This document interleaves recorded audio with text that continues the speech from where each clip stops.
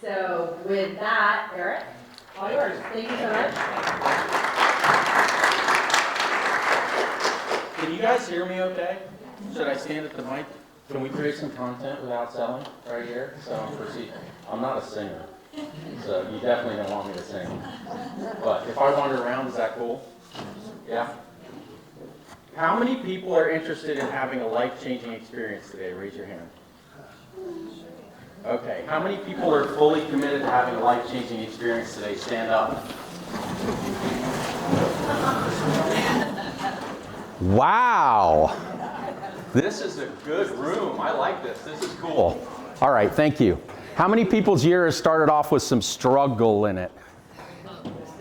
Anybody feeling that? How many people feel like there's a lot of people around them that are on the struggle bus right now, right? So a lot of that starts with mindset. Struggle starts with STR, it ends with GGLE, and the middle is, guess what? You. YOU, right? So I think the first thing that we have to do is focus on how we're equipping ourselves to go out in the world today and how we're relating to people. And so what we're going to talk about today is not tired, old, lame scripts, right? How many people would agree that most of the stuff that has been put out in our industry for years and years and years now and recycled is super lame and not very effective, right? I know that's not the case for a lot of you because some of you I already know personally, and I know there's leaders in this room, and so you're playing the game at an elevated level. And that's what our industry needs the most right now, is people to lead, whether you perceive yourself as a leader, whether you're running a sales team, whether you're just showing up for your clients in your community, you're a leader, and the world needs you to lead. Okay, so we're going to talk about a couple things. This is a process of nuance that we're going to get into. So when I say scripts and dialogues and conversations, please don't dismiss it as another one of those lame classes, because that's not what we're here to do today. Let's see if this, I'm pretty tech savvy, so maybe we'll do this. Today we're going to talk about speaking consumer, not realtor. Okay? How many people have a conversation with clients where they say, I'm going to set up a search in the MLS and send you a link to properties? Has anybody ever say anything like that or has said something like that? Has anybody ever done it? Right? We've all probably done it, right? What if we change that language to say, I want to make sure that you see all the options that are currently available that meet the specific criteria that you shared with me? So what I'd like to do is keep you updated in a timely manner on any properties that may be a fit. And I'm just going to send them your way via email every week or every day. Is that okay with you? Does that sound a little bit differently? Did I really say anything differently? So that's just like a quick example. Eric was talking before about the market, right? This is one of my favorite questions. And some of the things that I'm going to share with you today, I've used for 10, 12, 15 years, same stuff. I heard Gary Vee a couple years ago, or a couple weeks ago. Anybody follow Gary Vee? Anybody know who that cat is? Yeah? So Gary Vee said this a couple weeks ago. The more our world becomes like the Jetsons, the more we need to show up like the Flintstones. Right? So I am super excited about this market right now. Because if you're a relationship person, and it's really cool, Bernie, you did a great job. I don't know if this was your brilliance in doing it by design, but there are a couple common themes that we heard throughout the day today. Connection and communication. Connection and communication. Did you guys hear that too in everybody's presentation? We had some amazing speakers today. I have pages and pages of notes. And so I applaud you for being here, investing in yourself, and going out and leading by being willing to challenge your own paradigms, your own beliefs, your own way of doing things, and trying something new. So we're going to talk about speaking consumer, not realtor. Let's get back to what I just said. How's the market? Favorite question. You know why? Because we're in a very dynamic market right now. Is there a specific area of interest to you? Is that simple enough to remember? Could everybody practice that in the car on the way home? If you talk to me for a little bit as it's specific to real estate, you're going to find out that almost anything that I say that's prepared is scripted word by word with specific design and intention. The reason is I try to stupid-proof things, especially for myself. Like, I can't remember a paragraph-long script, but I can remember we're in a very dynamic market right now. Is there a specific area of interest to you? Now, what happens when you ask that question? They're going to say, no, I was just curious. Oh, I really appreciate you asking, right? Thanks for caring about me as an individual. Thanks for caring about my business. Or, what's the other option? What are they going to do? Oh, well, we were curious what our home's value was. We're thinking about downsizing. We're having kids. We're having more babies. We need a bigger home. You know, our daughter's going to school. We were thinking about buying an investment property. There's too much conversation in our industry about leads. We're dealing with people's lives. So relate to them, right? Relate to them like they're real people. I have a script I've been working on for the settlement. You guys want to hear that too? Yeah. Okay. Just register on the last slide with your credit card. We'll send it to you. It's just a small fee. I'm just teasing. But here's my view of the settlement. I'm so glad you asked about it. There's a lot of misinformation in the media right now. And the truth is, I think that this is going to be a really positive thing for our industry, because it's going to bring clarity to professional representation and compensation. Does that clear up a lot of confusion in the mind of a consumer? Because again, we're learning to speak consumer, not realtor, right? So let's talk about the meaning of our communication. I learned this phrase from a guy named Matthew Ferry over 10 or 12 years ago. The meaning of our communication is the response that we receive. So I can have the best intention, right? I can have the best intention. But if it doesn't land the right way, or if someone misinterprets it, my daughter got married a couple weeks ago, and I wanted to tell a story of her setup for the engagement proposal from her fiance. And I also wanted to share a little phrase that we go back and forth on. She's 24, she has lots of ideas. And so we're always just talking, bantering back and forth with all these ideas. And it'll get funny because she'll finish something and I'll say, good luck with that. Or I'll have an idea and say, hey, I was thinking about planning this trip to here. It sounds really cool. And she'll be like, good luck with that. So it's kind of funny. It's just like a running little joke. Well, I wanted to say that in my toast at her wedding. So perfect example of, if this lands the right way, it's going to be funny. Because I said, when I met Gavin, if he had told me this was his ultimate intention, I would have said to him, good luck with that. I know my daughter. She's amazing and wonderful and beautiful, and she's kind of a handful, right, Zach? Yeah, it's not always easy. But I wanted to make sure that the meaning of my communication on her special day, which I wanted to be perfect, was what I intended it to be. So the meaning of our communication is the response that we receive. So we're going to talk about a couple things. You can see them up there on the board. The blue's hard to read in the bright lights, isn't it? We're going to talk about emotional intelligence. A couple people referenced that today. All right, we're looking to create a human experience with human beings. Nobody gives a crap about our market knowledge unless it's relevant to them. How many people in here know that there's 17,764 active and coming soon listings in our market right now? And that approximately 1,000 of those are coming soon. So we could preview those for our clients if we're proactively looking for them and go, these homes aren't even on the market, but I can share them with you because we see them. But if I lead with that in the conversation, then basically what I'm trying to do is justify my existence or feed my own ego. I'm not really focused on the client. Does that make sense to everybody? Okay, the second one is ask purposeful questions. I think if we can master the art of question asking, we can accomplish anything that we want in our lives. We can elevate our relationships to an entirely new level.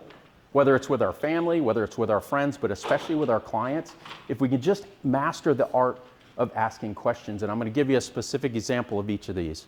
And then listen carefully. Do you see why that word is hyphenated?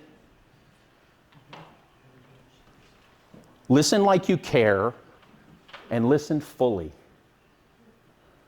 If I'm looking at my phone, if I'm transitioning to something else, if I'm not fully present with my client in those key moments, I'm not going to form the level of connection that I need in order to build trust.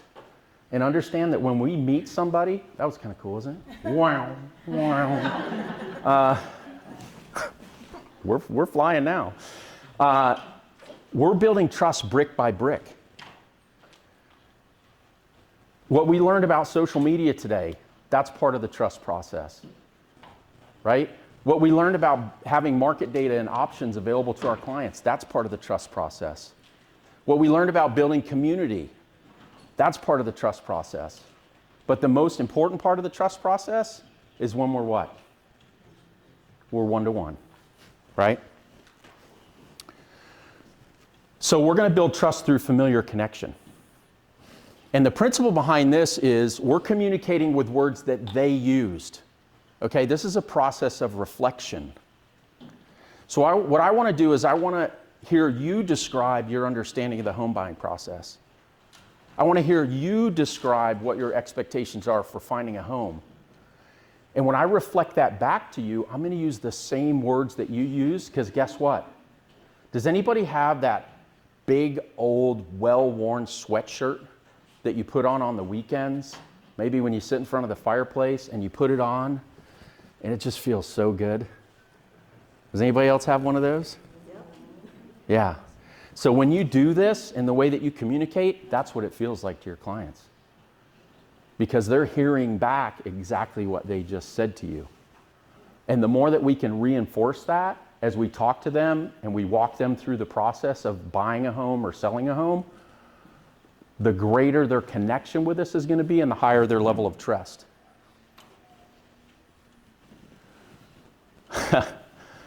This is not a news flash to anybody. We're headed into a season in our industry where setting expectations is going to be paramount. And again, I think it's a good thing. I think it's going to teach us to communicate at a higher level. I think it's going to teach us to communicate with clarity. I think our clients are going to feel better about it because there's not going to be like the unknowns, right? The only thing that changed a couple weeks ago was a false sense of certainty, right? It created uncertainty. And what is uncertainty? How does that manifest in the human body? Starts with an F. It's an F word. Yep.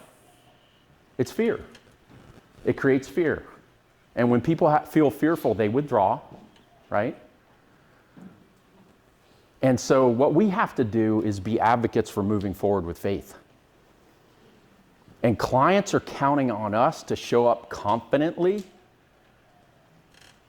and to show up like we are their advocate and we're going to guide them through. How many people here have ever hiked the Grand Canyon? Amazing experience? Yep. Did you go by yourself the first time? Who'd you go with? Bunch of friends. Anybody else?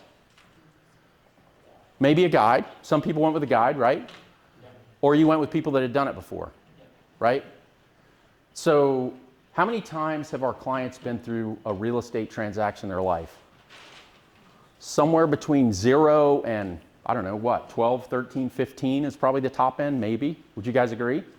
So sometime between 0 and 15. You know how many times I've been a part of a real estate transaction in my life? It's probably got a comma in it, right?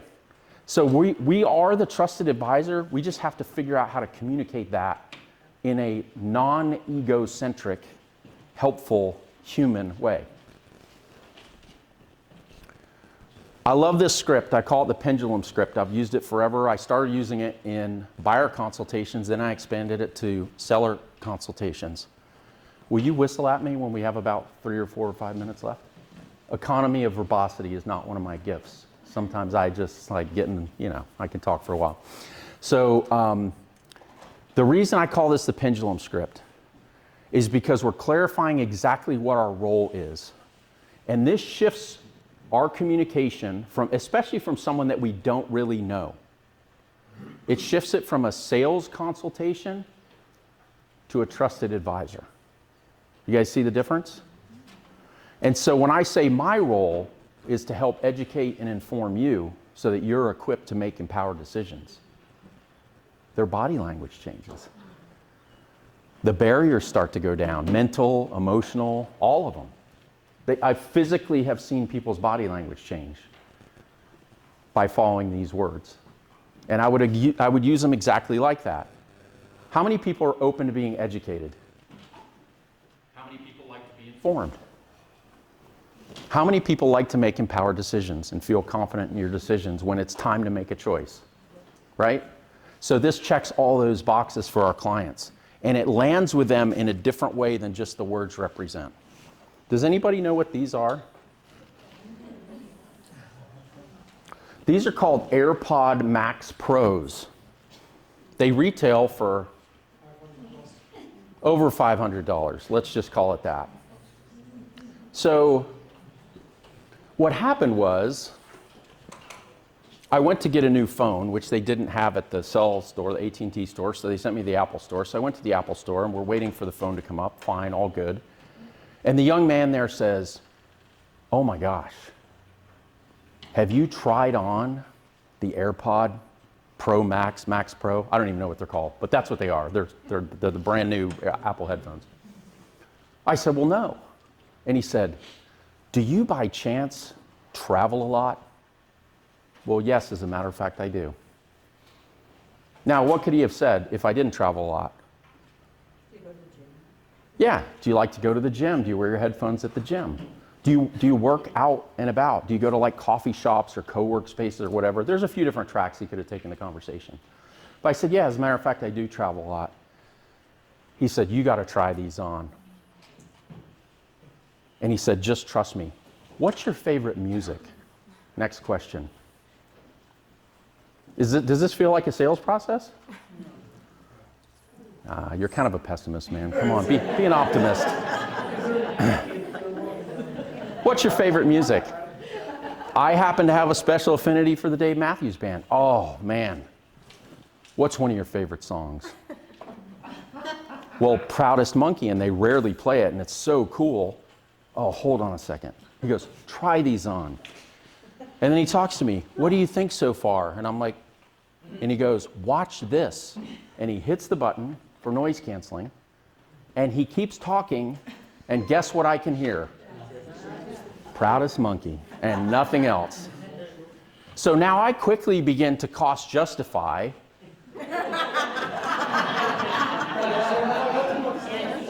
this obnoxiously priced set of headphones, and I'm like, well, let's see, if they lasted 5 years, and I'm on a plane at least 20 times a year, I mean, that's like, $5 a trip. Isn't it worth it to have my personal sanctuary hearing only what I choose to hear every time I travel? Well, of course it is. Isn't that an easy decision?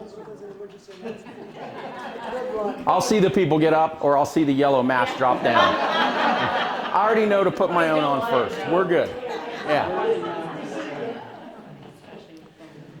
The reason this happened is because buying is an emotionally driven decision that's justified by logic. Sales is nothing more than a transference of energy. It's, do I care enough that I'm going to invest my focus and time in you to understand what it is you really want, and then help you map out the best path to get there? That's all it is. That's our whole job. I always say, I've been doing this for 22 years. I've never sold one house in my career. What I've done is sit down with people long enough to understand what it was they were really looking for, and to become a solution strategist to help them get there. That's it. That's our role.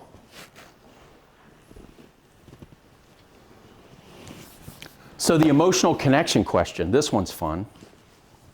Mick is my friend. You know why? Because Mick is my ideal client. And Mick shared with me that all the specifics about their home that they want to find. It's 3 bedrooms, it's 2 bath, they want a cul-de-sac, an oversized lot. They'd like to have a pool because it's about to be 150 degrees here. So when you live on the surface of the sun, you want to be able to dip yourself in water and boil slowly. So I'm going to reinforce that I'm committed to their process. Hey, I've heard you. Let me reflect back to you the specifics, right? But this is a logic-based framework. Does that make sense? It's a logic-based framework. All those things that we just covered. What I'm looking for is the emotion. Where's their heart? And so I'm going to ask, so Mick, if you were to close your eyes and you were to visualize exactly what it looks like, what you want your new home to feel like, what you want to experience there, the memories you want to create there, can you paint me a picture with words? Guess what I just did when I said that? I know what the real motivating force is for them. And so I know how to genuinely add value in a way that's going to be meaningful to them and it's going to matter to them. Is that making sense?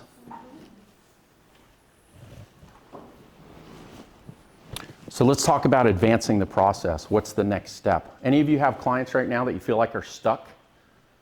Are they frozen? Are they uncertain about the market? Are they hung up on interest rates? Are they worried about inventory? Any of those things? The houses they see at the price they want, they all suck. They look terrible. They'd have to put $100,000 into them. Anybody heard that? Just me? Okay. So if we're going to advance the process, then we're going to talk about the next step. What is the next step? And it's always going to be positioned as benefit to them.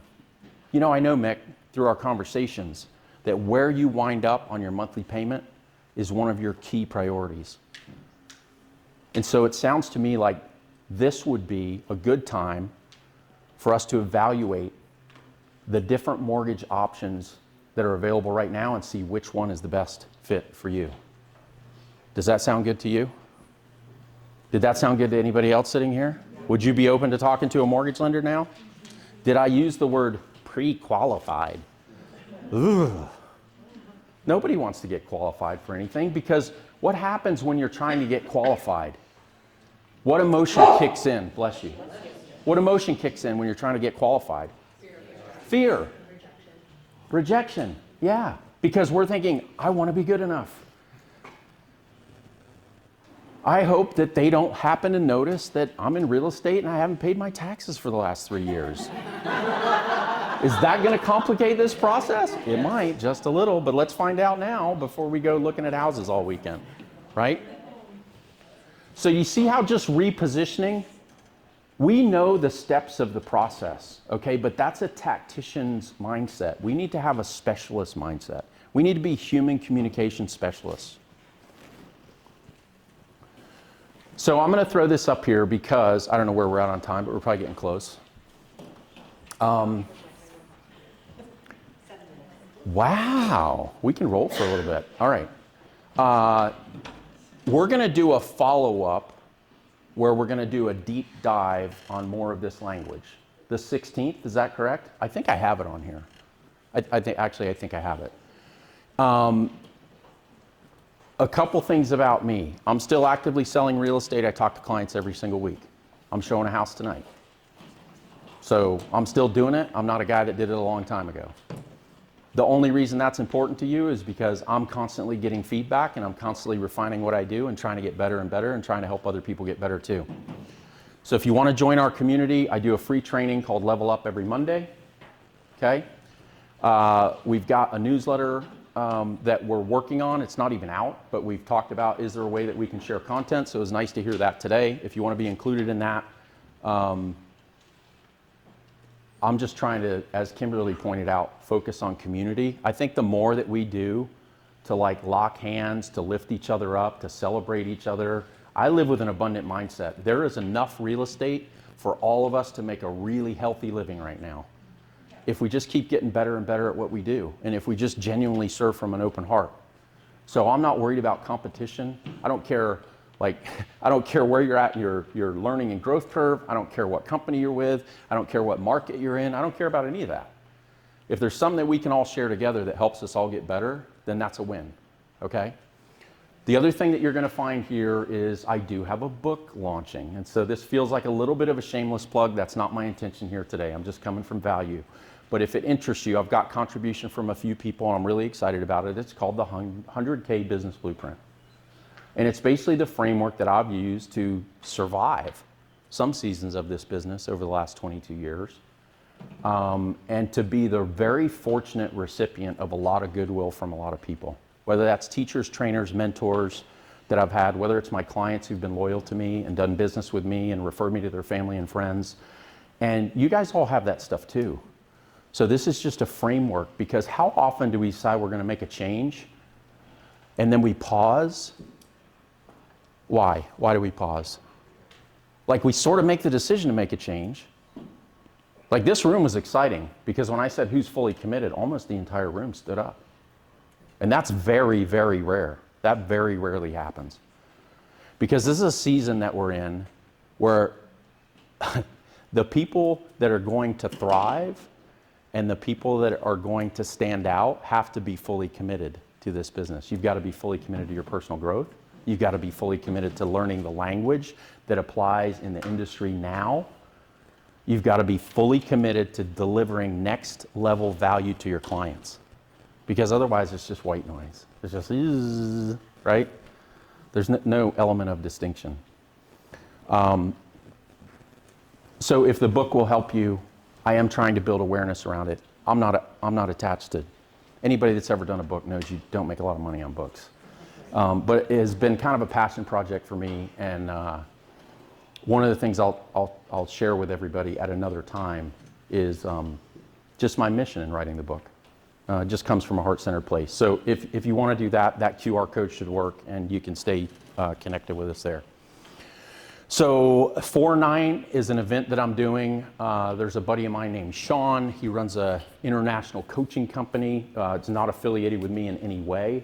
I met him through a referral from somebody else I know in the industry, and he's hosting an event called Mastering the Art of Words, and it's going to be a little bit of a script off. I don't know that battle's the right word, but it's going to be a few different takes on scripting around the real estate industry, and he invited me to do it, so I told him I'd do it. I think it's 90 minutes. It's on Zoom.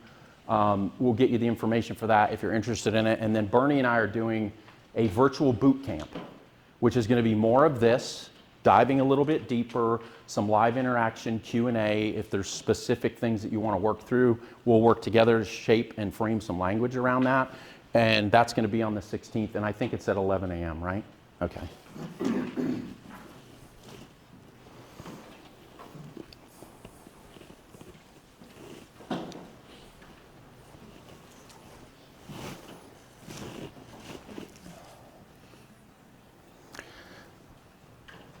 A lot of people talk about why in our industry. They talk about the big why. And I always like to finish with something about legacy, because it's my favorite conversation to have with people, is around personal legacy. And what we need to understand is in our profession, we're playing a key role in important chapters of the life story of the clients that we serve. And we should never take that responsibility lightly. And the idea for legacy came to me from an experience with my dad. It'll be 18 years next month since he left us.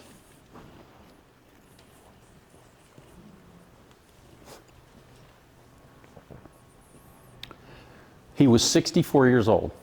He died of lung disease.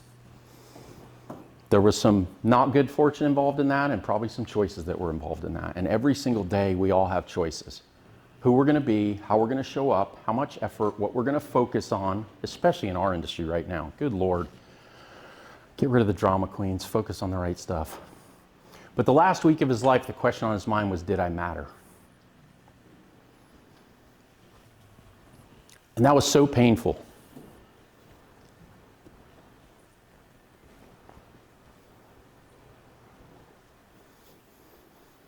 Because he had a full life. He had people that loved him. He had children, he had grandchildren. He was involved in the community. He lived with me the last 3.5 years of his life, our family. He was at baseball games. He was at charity events I did or was part of. People knew him. And I think he felt loved. I think he did know that. But what he was really asking about was his personal legacy. And when I talk about legacy, a couple things happen. People's minds go to a future destination. When I get to here, I'm going to focus on my legacy. I'm going to write the book. I'm going to take the trip. I'm going to build the wealth. I'm going to get really fit. I'm going to do this. I'm going to do that. It's off in the future. You guys have the same experience when that comes to mind? And the second thing that happens is people start to think about what they're going to leave behind. Some of them want to be a good provider to their family. Some of them want their name on a building. It doesn't really matter to me, but they have some attachment to something that's important to them. So I want to encourage you to look at this a little bit differently. Do those things matter? They matter, sure. But what matters the most is if you truly lived your legacy. Because that's what matters to you. And when we get to our last days and we're approaching our last breath, what's going to bring us fulfillment and satisfaction and peace is knowing that we lived a legacy that was true to ourselves.